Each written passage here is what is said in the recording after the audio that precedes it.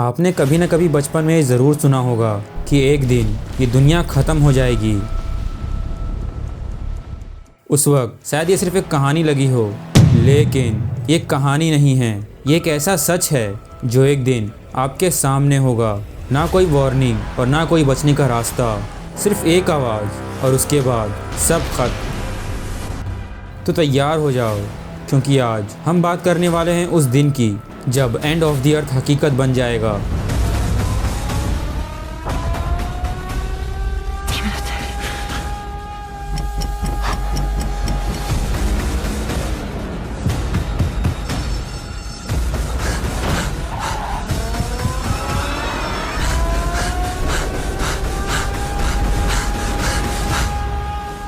ज़रा तसव्वुर करो, एक बिल्कुल आम सी सुबह। सूरज अपनी पूरी शिद्दत के साथ आसमान पर चमक रहा है। उसकी रोशनी ज़मीन को इस तरह छू रही है जैसे हर चीज़ को जिंदा कर रही हो।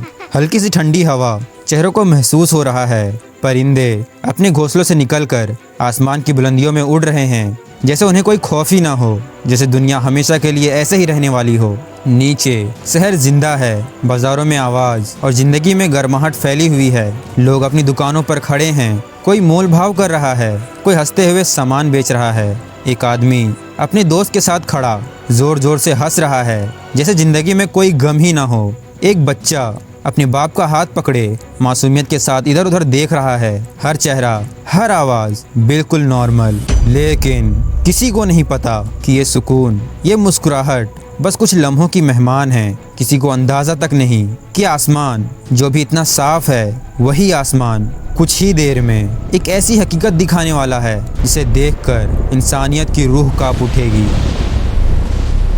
और उस दिन ज़मीन पर रहने वाला हर इंसान समझ जाएगा कि the end of the earth सिर्फ एक लफ्ज़ नहीं बल्कि एक हकीकत है।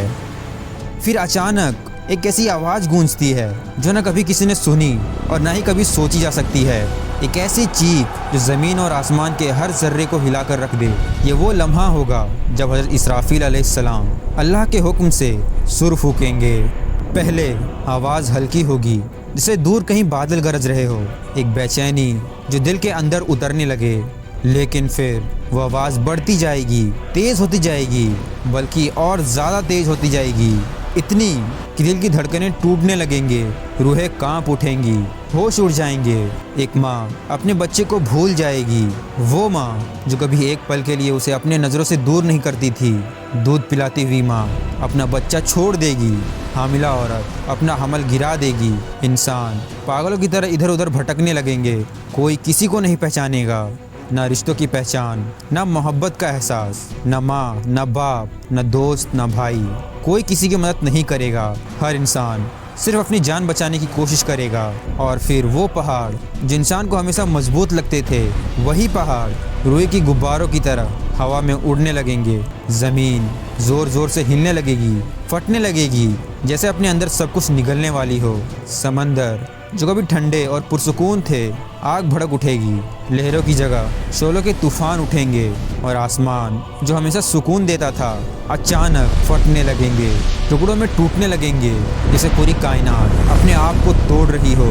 हर तरफ सिर्फ तबाही, सिर्फ खौफ, सिर्फ चीखें, और फिर एक ऐसा सन्नाटा जिसमें ना कोई आवाज़ होगी, ना कोई हरकत, क्योंकि हर जानदार, हर सांस लेने वाला मौत की आगोश में जा चुका होगा। फिर जब सब कुछ ख़त्म हो चुका होगा, ऐसी खामोशी जिसे लफ्ज़ों में बयान करना मुमकिन नहीं। ना हवा चलेगी, ना वक्त का एहसास होगा, जैसे हर चीज़ अपने अंजाम तक पहुंच चुकी हो। और फिर अचानक एक जलाल भरी आवाज़ गूंजेगी, आज बादशाही किसकी है? लेकिन कोई जवाब देने वाला नहीं होगा, ना कोई जिंदा, ना कोई बोलने वाला, सिर्फ खामोशी। फिर अल्लाह के हुक्म से आसमान से एक ख़ास बारिश नाजिल होगी, लेकिन ये आम बारिश नहीं होगी, ये ज़िंदगी की बारिश होगी। ज़मीन जो मुर्दा हो चुकी थी फिर से हिलने लगेगी, फिर से सांस लेने लगेगी, जैसे उसके अंदर दोबारा रूह डाली जा रही हो। और फिर दूसरी बार सुर फूका जाएगा, एक ऐसी आवाज़ जो मौत के बाद ज़िंदगी का ऐलान होगा।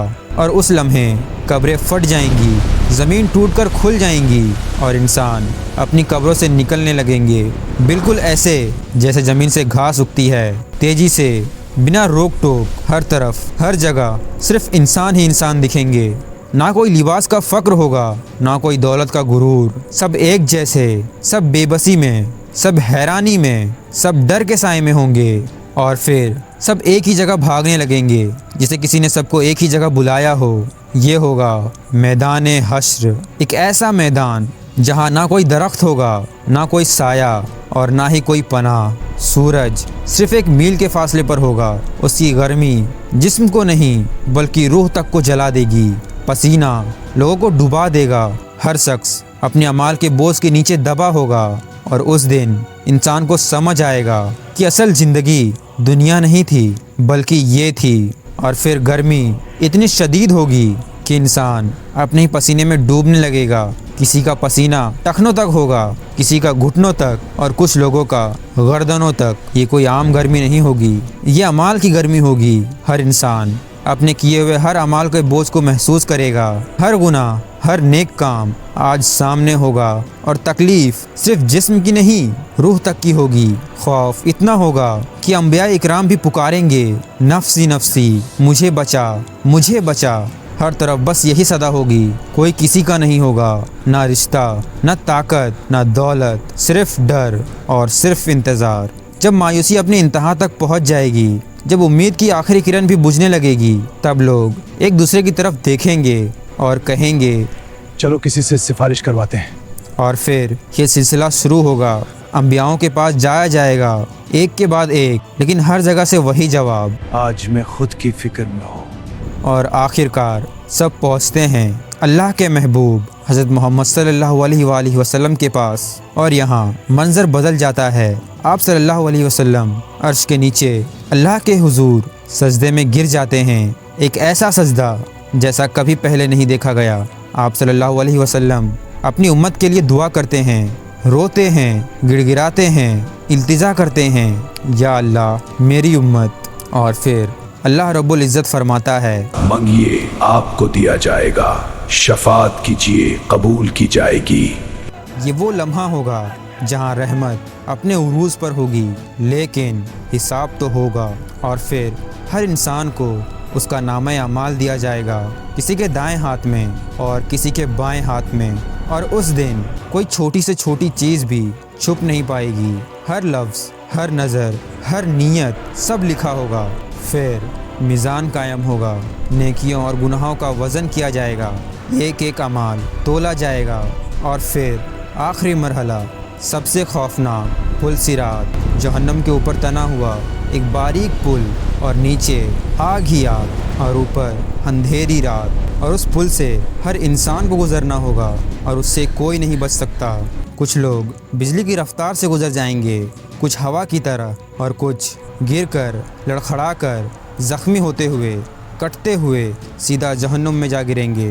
ये कोई कहानी नहीं है, ये कोई अफसाना नहीं है, ये वो सच है जो एक दिन ज़रूर सामने आएगा।